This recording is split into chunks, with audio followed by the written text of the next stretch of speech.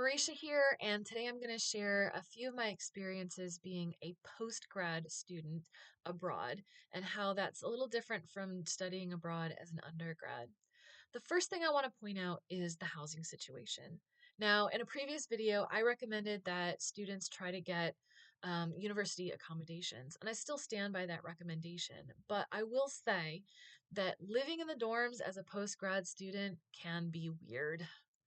For starters, unless you find a university that has separate post-grad accommodations, and for me, my university, the post-grad accommodations available were for people who were bringing spouses and children over. It was like family accommodation, so I didn't qualify for that housing.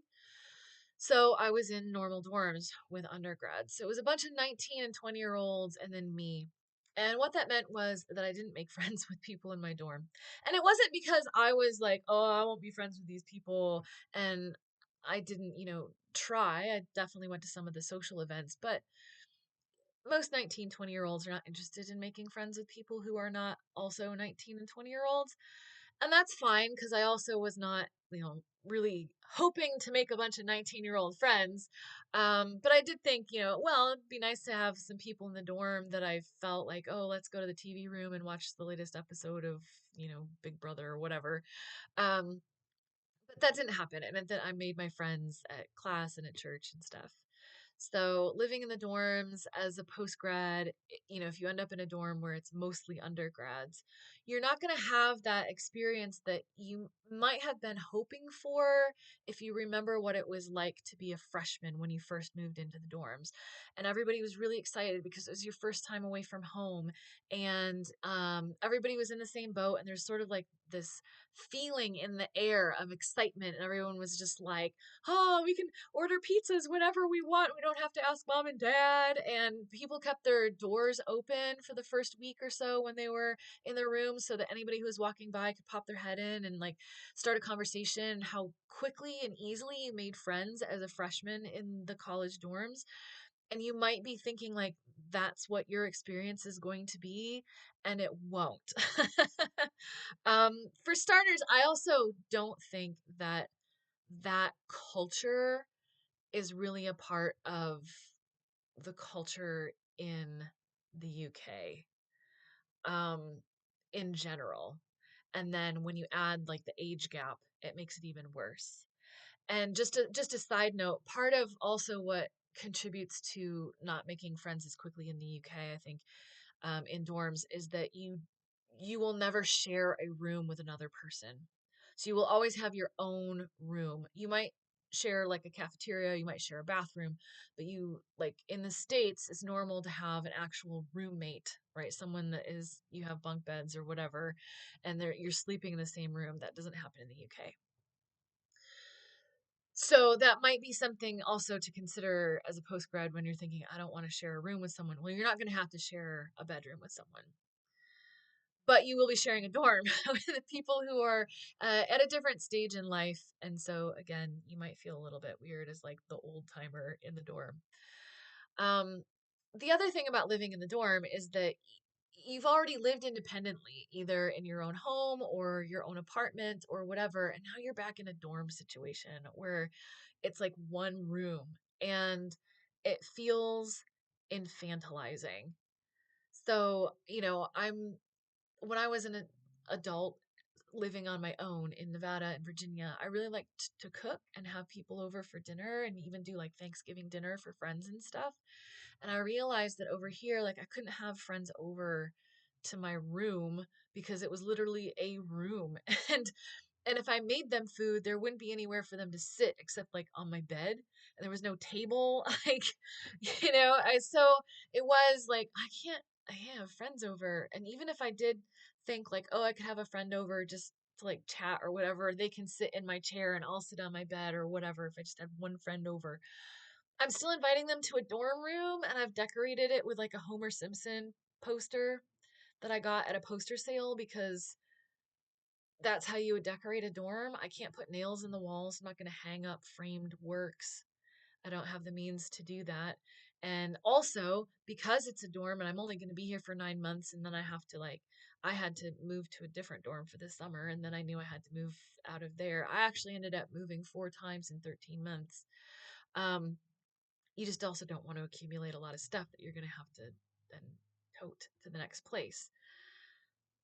But you are acutely aware of the fact that if you were to invite someone over, you're inviting them over to a dorm room with like a Homer Simpson disappearing into the bushes poster, and it's like really embarrassing. So you don't. And I even like I was dating a guy, and there was one time when he kind of asked to stay over because we had just gone through like actually a really traumatic event, and he wanted to make sure that I was okay. Like he wasn't like trying to make a move on me.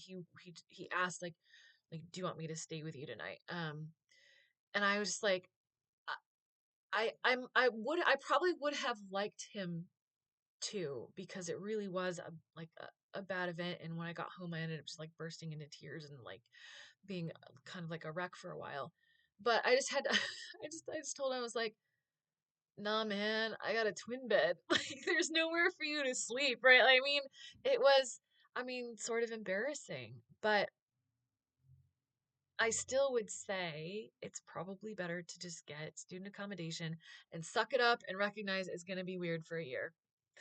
So the next thing to consider, to be aware of, is what your classes are going to be like as a postgrad. And part of what I'm going to say is true even if you were doing it in the States. And that is that postgrad programs can differ in terms of the demographics. So some programs tend to be more filled with people who are going straight from undergrad into grad without any gaps. And so they're not young 20s, they're like mid 20s, but they're still people who have not had any real life experience. They're sort of still in this ivory tower academic enclave kind of thing. And you will know that from class discussions, right? Postgrad classes, you're not in lectures anymore. It's short, it's small groups with a lot of class discussion and a lot of sort of socializing between classmates afterwards as well. And so when you're in class and you're listening to people give their thoughts on things, if you have a lot of people who are like mid 20s, there's a difference in the sorts of things that they're saying because they have no life experiences, and you will notice that. My program was with Birkbeck, which is a night school, and it is sort of known as being a school for people who are coming back to school. So I didn't have as many classmates who were still green, right? They were mostly people who had been out in the world, and that definitely affected, again, the content and the tenor of class discussions. Um, Now, I wouldn't say that, if you find a program that you really like and it ends up being something where you think it's going to be mostly 25-year-olds and me, don't let that stop you from taking the class. But be aware that there will be moments where you'll be sitting in class and you'll be like, I am the oldest person here. And you will feel like an outsider. But it's doubly so in another country because you not only have a potential generational gap, but you also have then the cultural gap. So for me, it's I don't get all of the cultural references that they're making because I didn't grow up in the UK. I've never seen Blue Peter. I've never seen EastEnders. I don't care about Premier League. You know, someone mentions Mr. Blobby. I know who Mr. Blobby is because I saw him on an episode of like Big Fat Quiz of the Year, but I have not watched the actual show that he's from, and I really don't understand Mr. Blobby. um, and and then similarly, they if there's a generational gap, they won't get your American references. Now, if they're from the same generation, they will, because a lot of American stuff makes its way over to the UK. And so people my age, if I make a reference to like an early Simpsons episode, they'll get it because like they got the Simpsons over here. Or I know that Friends was really big over here. I personally didn't ever get into Friends, but if you're someone who like knows Friends, you can find plenty of people in the UK who will get your Friends references. So if they're from your generation, you might be able to have some like American pop culture references in common. And then certainly, obviously, the few British things that did make it over, like obviously, like if you've seen Downton Abbey or whatever, um, but there's going to be a ton of British stuff that you won't get, and then there's going to be a ton of American stuff that the younger people will not get because they will have not like watched it. And so then you'll have to rely on sort of like the current American stuff that has made its way over here, like Ted Lasso or something. So there's a potential for there being sort of like a double whammy of like cultural gaps. So just be aware of that. Again, it's not anything that can't be overcome. It's just that prepare yourself for the eventuality that there will be times where someone will crack a joke and everybody will laugh and you will have no idea why it's funny because they're talking about like some British politician like Ed Miliband or something you really have no reference for. Or yeah, some Gavin and Stacey or something that you've never watched. Or similarly, you might try to like crack some joke and then you realize these people have no idea what I'm talking about because apparently it's an American thing and you thought it was like a universal thing or something. It happens, you'll survive it. And then the other thing is that by virtue of being a postgrad studying abroad, you are a weirdo and people will pick up on it. So it's rare for people to study abroad as a postgrad for a couple of reasons. One is that undergrad, it's really promoted, right? Universities have study abroad departments that are designed to promote study abroad, to help students with study abroad. You know, a kid goes there and says, Yo, I've been thinking I'd like to study in France. And they say, Well, we have a program in Lyon with this sister college over here. And they might even have an entire kind of like set courses and program that you can do when you go over there. And they have people on staff whose job it is to walk you through all of the steps. They will tell you, you know, okay, what classes do you need to have already taken in order to qualify to go into this program? You know, help you with your visa application, help you figure out all of the logistics of, okay, where are you going to stay? And even some of the travel logistics. And they might even have a group of students who are going on this program. And so you're over there in Lyon with a cohort of other Americans. So when you're feeling homesick, you can say to one of them, like, let's go to McDonald's or whatever. And you do not have that as a postgrad, right? There's no like big push for postgrads to study abroad because um, you know, most postgrad programs in the States are short enough, or they just don't really push study abroad the way they do as undergrads. And so a lot of times you're just sort of stuck on your own, figuring it all out on your own. And I think a lot of people don't even think of study abroad as an option at the postgrad level.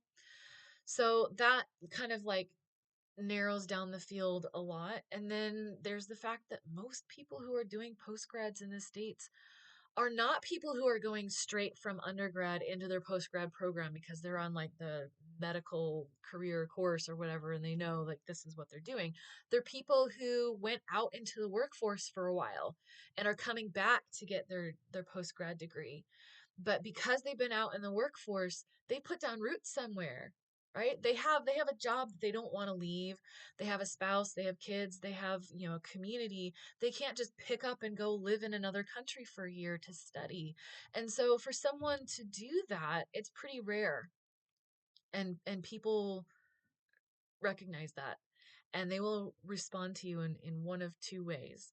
They will either think that's really neat and kind of fascinating, and they'll view you almost as like a novelty, and you just have all these questions or whatever. Or they'll think that's really weird and they're not sure why you would do that, and they view you like kind of with suspicion. And obviously, you would much rather have the former and have people like think that you're fascinating or whatever. Um, but the truth is that both of those can feel othering because they both are focusing on the fact that you are different. And most of the time, it won't be a big deal because if you're someone who is resilient enough to have already gone through what it takes to be a postgrad in another country, like you know that this is what you want and this is the right thing for you and you're really thrilled to be doing this. And so for the most part, like you don't care what people think. But you're living abroad, you will always have moments where you feel homesick or you feel frustrated with things not going the way that you thought they would, having, miscommunication issues because of some cultural difference or whatever. And so you'll have moments where